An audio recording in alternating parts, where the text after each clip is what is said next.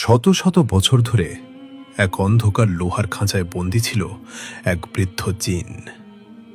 তার লম্বা সাদা দাড়ি মাটিতে মিশে গিয়েছিল, চোখে শতাব্দীর ক্লান্তি। ঠিক সেদিন যখন কেউ আশা করেনি, এক গরিব কাঠুরিয়ার কুড়ালের আঘাতে খাঁচার শিলমোহর গলে যেতে শুরু করল।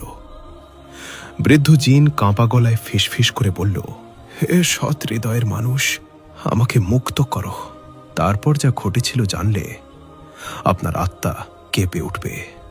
পুরনো সময়ের ঘটনা। এক গ্রামে আকিব নামে এক গরিব কাঠুরিয়া বাস করত। তার সততা ও সন্তুষ্টির জন্য সে দূর দূর পর্যন্ত পরিচিত ছিল। তার জীবন কঠিন পরিশ্রমে কাটত। প্রতিদিন ফজরের আজানের সাথে সে কুড়াল কাঁধে নিয়ে ঘন জঙ্গলের দিকে বের হতো, যাতে সন্ধ্যা পর্যন্ত পর্যাপ্ত খাবার সংগ্রহ করতে পারে। তার একমাত্র লক্ষ্য ছিল তার বৃদ্ধ বাবা মা যেন পেট ভরে খেতে পারেন। এক তপ্ত দুপুরে যখন সূর্য মাথার ঠিক উপরে ছিল এবং গরম হাওয়া মুখ ঝলসে দিচ্ছিল, আকিব এক পরিত্যক্ত ও প্রাচীন ধ্বংসাবশেষের কাছে পৌঁছালে। এই জায়গাটি এমন ছিল যেখানে মানুষ সাধারণত যেত না, কারণ সেখানকার দেয়াল থেকে অদ্ভুত শব্দ আসত। কিন্তু আকিবের চোখে পড়ল একটি শুকনো পুরানো গাছের শিকড়। সেটি কাটতে যেয়ে তার পা একটি ধাতব বস্তুতে আঘাত পেল। মাটি সরাতেই সে মাটিতে চাপা পড়া একটি মরচে ধরা কিন্তু শক্ত লোহার খাঁচা আবিষ্কার করল। খাঁচার ভেতরে অত্যন্ত বৃদ্ধ, কুঁচকানো মুখের এবং লম্বা সাদা দাড়িওয়ালা এক জিন বন্দী ছিল। তার চোখে শতাব্দীর ক্লান্তি ও অসহায়ত্বের ছাপ। আকিবকে দেখতে পেয়ে সে বৃদ্ধ জিন কাঁপা গলায় ডাকল, হে সৎ হৃদয়ের মানুষ, আমার উপর দয়া করো এবং এই একাকী বন্দিত্ব থেকে আমাকে মুক্তি দাও। আমি শত শত বছর এই খাঁচায় আমার পাপের শাস্তি ভোগ করেছি এবং এখন আমার মধ্যে আর এই বন্দিত্ব সহ্য করারও শক্তি অবশিষ্ট নেই। আকিব যে স্বভাবগতভাবে নরম হৃদয়ের ছিল, সে ভয় ও বিস্ময়ের মিশ্র অনুভূতিতে জিজ্ঞেস করল, হে বৃদ্ধরূপের জিন, তুমি এই অবস্থায় কিভাবে পৌঁছালে এবং কে তোমাকে এই লোহার খাঁচায় বন্দী করে রেখেছে? জিন একটি দীর্ঘশ্বাস ফেলে বলতে শুরু করল, আমার গল্প অনেক দীর্ঘ, কিন্তু এর সারমর্ম হল, আমি যৌবনের নেশায় পথভ্রষ্ট হয়েছিলাম, অহংকারের পথ বেছে নিয়েছিলাম এবং আমার বুজুর্গদের উপদেশ উপেক্ষা করে এমন এক জাদুকরী রহস্য চুরি করার চেষ্টা করেছিলাম যার আমি যোগ্য ছিলাম না। ফলস্বরূপ সময়ের এক মহান জাদুকর আমাকে এই লোহার শিকলে বেঁধে এখানে কবর দিয়েছিলেন। তিনি শর্ত রেখেছিলেন যে যতক্ষণ না কোনো খাঁটি নিয়তের মানুষ আমাকে এখান থেকে বের করে তার বুদ্ধিমত্তার প্রমাণ দেবে, ততক্ষণ আমি মুক্ত হতে পারব না। আকিব যখন এই কথা শুনল, তখন তার মনে সহানুভূতির তরঙ্গ জাগল। কিন্তু সে এটাও ভালোভাবে জানত যে জিনদের ব্যাপারে সতর্কতা অত্যন্ত জরুরি। তাই সে মনে মনে ভাবল যে প্রথমে এই জিনের প্রকৃত নিয়ত পরীক্ষা করা উচিত এবং তারপর কোনো সিদ্ধান্ত নেওয়া উচিত। সে জিনকে বলল, আমি তোমাকে মুক্ত করতে পারি, তবে আমার ভয় হচ্ছে যে তুমি বাইরে বের হয়ে আবার তোমার পুরনো অভ্যাসে ফিরে যাবে এবং মানব বসতির জন্য বিপদ ও বিশৃঙ্খলার কারণ হয়ে দাঁড়াবে। বৃদ্ধ জিন কাঁদতে শুরু করল এবং কসম খেয়ে বলল যে সে এখন শুধুমাত্র সৎকর্ম ও সেবার পথ অবলম্বন করবে এবং আকিবকে সেই সমস্ত গোপন ধনভাণ্ডার দেখাবে যার উল্লেখ শুধুমাত্র প্রাচীন পুস্তকগুলিতে পাওয়া যায়। আকিব এই চিন্তায় নিমগ্ন ছিল যখন হঠাৎ জঙ্গলে একটি প্রবল ঝড় উঠল এবং পাখিরা ভয়ে উঠতে লাগল, যেন কোনো বড় পরিবর্তন ঘটতে চলেছে। এই মুহূর্তে আকিব লক্ষ্য করল যে খাঁচার উপরে লাগানো শিলমোহর ধীরে ধীরে গলতে শুরু করেছে। কিন্তু কুড়াল দিয়ে শিকল ভাঙার আগে আকিব জিনকে এমন একটি প্রশ্ন করল যার উত্তর তার ভাগ্য সম্পূর্ণভাবে বদলে দিতে পারে। এই গল্প এখন তার গুরুত্বপূর্ণ পর্যায়ে পৌঁছে যাচ্ছিল, যেখানে বুদ্ধি ও হৃদয়ের দ্বন্দ্ব শুরু হবে। আকিবকে সিদ্ধান্ত নিতে হবে যে একটি পুরনো জিনের প্রতিশ্রুতি সত্য নাকি এটি শুধুমাত্র একটি নতুন ফাঁদ যা তাকে বড় বিপদে ফেলবে। আকিব আকাশের দিকে তাকালো এবং আল্লাহর কাছে সাহায্য চাইল, যাতে তিনি তাকে সঠিক পথের দিকে হেদায়েত দেন। এখন সে খাঁচার একদম কাছে দাঁড়িয়েছিল এবং তার হাতে সেই কুড়াল ছিল যা তার জীবিকার মাধ্যম ছিল। কিন্তু আজ সেটি একটি মহান ঐতিহাসিক ঘটনার অংশ হতে চলেছে, যার প্রভাব আগামী প্রজন্মের জন্য পথ নির্দেশনার কারণ হবে। সেই বৃদ্ধ জিনের দিকে তাকালো, যে খাঁচার শিক দিয়ে তার মুখ ঠেকিয়ে অনেক আশা নিয়ে তাকে দেখছিল। আকিবের মনে বৃদ্ধদের সেই কথা ঘুরপাক খাচ্ছিল যে জিনদের কথায় বিশ্বাস করা বালিতে প্রাসাদ নির্মাণের মতো। কিন্তু সেই জিনের চোখে বিদ্যমান অনুশোচনার গভীর ছায়া তাকে ভিন্ন কিছু বলছিল।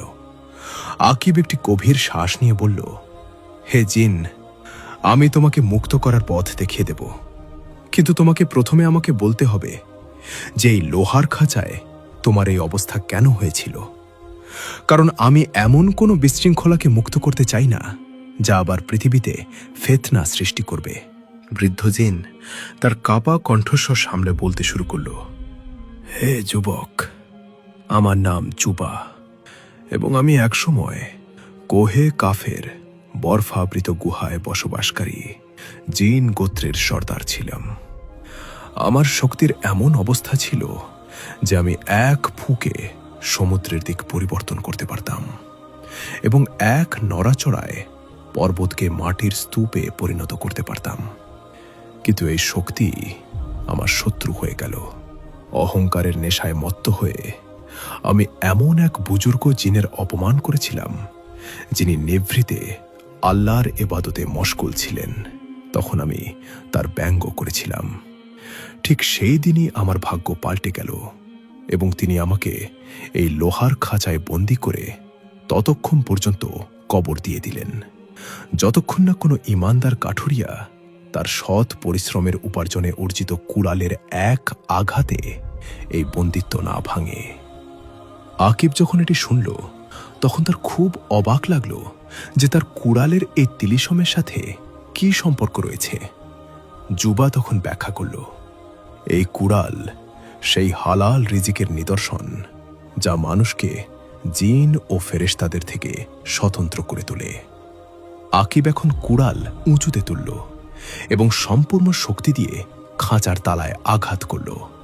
তখন এক প্রচণ্ড বিস্ফোরণ হল এবং চারদিক থেকে নীল আগুনের শিখা উঠতে লাগল। কিন্তু আকিব তার জায়গায় দৃঢ়ভাবে দাঁড়িয়ে রইল এবং যখন ধোঁয়া শেষ হল, তখন সে দেখল যে লোহার সেই মজবুত খাঁচা ভেঙে টুকরো টুকরো হয়ে গেছে এবং তার সামনে সেই বৃদ্ধ জিন এক দীর্ঘ ও প্রভাবশালী ব্যক্তিত্বের রূপে দাঁড়িয়ে আছে, যার চারপাশে একটি উজ্জ্বল আভা ছিল। জুবা মুক্ত হওয়ার সাথে সাথে মাটিতে চুমু খেল এবং আকিবকে কৃতজ্ঞতা জানিয়ে বলল, তুমি আমাকে শুধু বন্দিত্ব থেকে নয়, বরং আমার নিজের অহংকারের বোঝা থেকেও মুক্ত করেছ। এখন আমি তোমাকে সেটি দেখাবো যা তোমার স্বপ্নকল্পনায় ছিল না। সে তার হাত দিয়ে বাতাসে একটি বৃত্ত তৈরি করল, যেখান থেকে এমন একটি পথ খুলে গেল যা সরাসরি মাটির বুকে নেমে যাচ্ছিল। সেখানে অসংখ্য রত্ন ও সোনার ইট এমনভাবে পড়েছিল যেন সাধারণ পাথর। আকিব এসব দেখে অভিভূত হয়ে গেল, কিন্তু তার সততা তাকে তৎক্ষণাৎ সতর্ক করল যে এই সম্পদ তার নয় এবং পরিশ্রম ছাড়া অর্জিত সম্পদ মানুষকে ঠিক সেভাবে অহংকারী বানিয়ে দেয় যেভাবে জুবাকে বানিয়েছিল। সে জিনকে বলল, হে জুবা, আমার এই ধন ভাণ্ডারের কোনো প্রয়োজন নেই, কারণ আমার বাবা মা আমাকে শিখিয়েছেন যে ক্ষুধার্ত ঘুমানো সেই পেট ভরানোর চেয়ে অনেক ভালো, যা হারাম বা সন্দেহজনক সম্পদে পূর্ণ হয়। জিন এটি শুনে বিস্ময়ে নিমজ্জিত হল যে একজন গরিব মানুষ এত বিশাল সম্পদকে প্রত্যাখ্যান করছে। এবং এখানেই এই গল্পের সেই মোড় শুরু হয় যেখানে আকিবের পরীক্ষার তৃতীয় পর্যায়ে আসে। কারণ জিন এখন তাকে এমন একটি প্রস্তাব দিল যা সম্পদের চেয়ে অনেক বেশি বিপজ্জনক ও আকর্ষণীয় ছিল, অর্থাৎ গায়েবের জ্ঞান এবং দুনিয়ার উপর কর্তৃত্বের ক্ষমতা। আকিবকে এখন বুঝতে হবে যে সে তার সারল্য বজায় রাখতে পারবে কিনা, নাকি সেই নতুন ফাঁদে আটকে যাবে।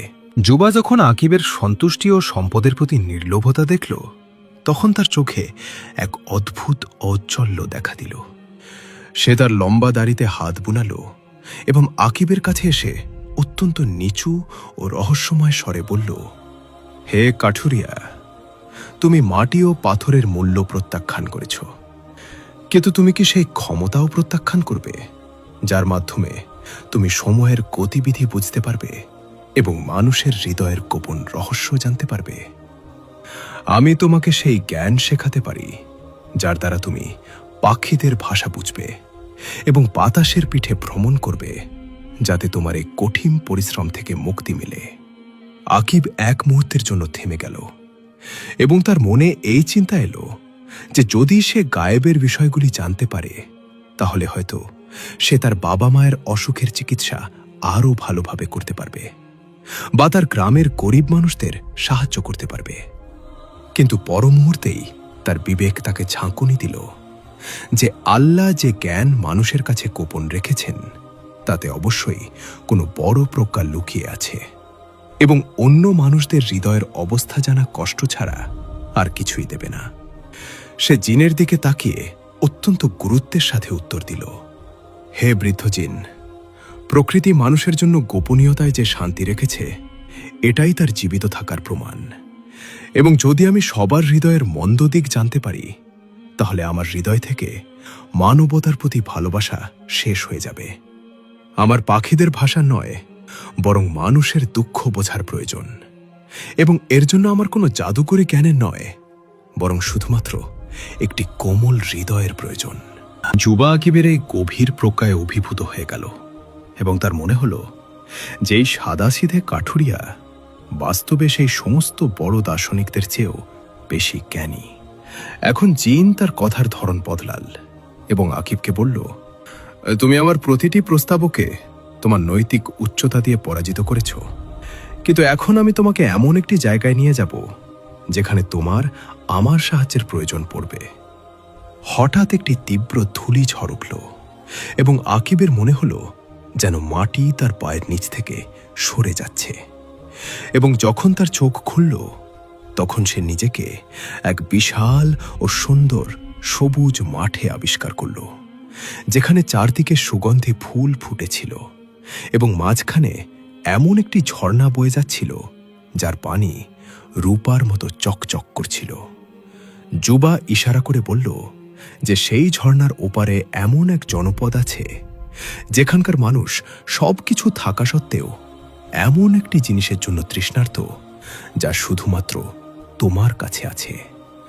আকিব বিস্ময়ের সাথে জিজ্ঞেস করল যে তার কাছে এমন কি আছে যা এই ধনী মানুষদের কাছে নেই। জিন উত্তর দিল, সেটি হলো হৃদয়ের প্রশান্তি, যা তুমি তোমার সন্তুষ্টি থেকে অর্জন করেছ। এখন তোমাকে এই জনপদের শাসকের সামনে যেতে হবে, যিনি এক দুরারোগ্য বিষাদে আক্রান্ত, এবং যদি তুমি তোমার কথা দিয়ে তার আত্মাকে শান্তি দিতে পারে, তাহলে সেই লোহার খাঁচার শেষ প্রভাবও আমার থেকে শেষ হয়ে যাবে। আকিবের উপর এখন একটি ভারী দায়িত্ব এসে পড়েছিল, কারণ তাকে শুধু একজন মানুষের সাহায্য করতে হবে না, বরং সেই জিনের সম্পূর্ণ মুক্তির লড়াইও করতে হবে যে সবেমাত্র তওবা করেছে। সে জনপদের দিকে এগোতে লাগল, যেখানে উঁচু মিনার ও সোনার গম্বুজ সূর্যের আলোতে চকচক করছিল, কিন্তু পরিবেশে এক অদ্ভুত নীরবতা ও বিষাদ ছড়িয়েছিল, যেন সেখানকার বাতাস থেকে জীবনের উৎফুল্লতা শেষ হয়ে গেছে। আকিব অনুভব করল যে এটি তার সবচেয়ে বড় পরীক্ষা, যেখানে তাকে নিজের চরিত্রের সুগন্ধ দিয়ে একটি বিরান হৃদয়কে আবাদ করতে হবে এবং প্রমাণ করতে হবে যে প্রকৃত সুখ প্রাসাদে নয়, বরং আল্লাহর সন্তুষ্টিতে লুকিয়ে আছে। সময় অতিবাহিত হল এবং আকিবের কাহিনী প্রজন্মের পর প্রজন্ম একটি শিক্ষা হিসেবে পৌঁছে গেল। সততা ও আন্তরিকতার পথ কঠিন অবশ্যই, কিন্তু তার পরিণাম সুন্দর ও দীর্ঘস্থায়ী হয়। প্রকৃত স্বাধীনতা শিকল থেকে নয়, বরং নিজের প্রবৃত্তিকে কামনার দাসত্ব থেকে মুক্ত করার মধ্যেই নিহিত।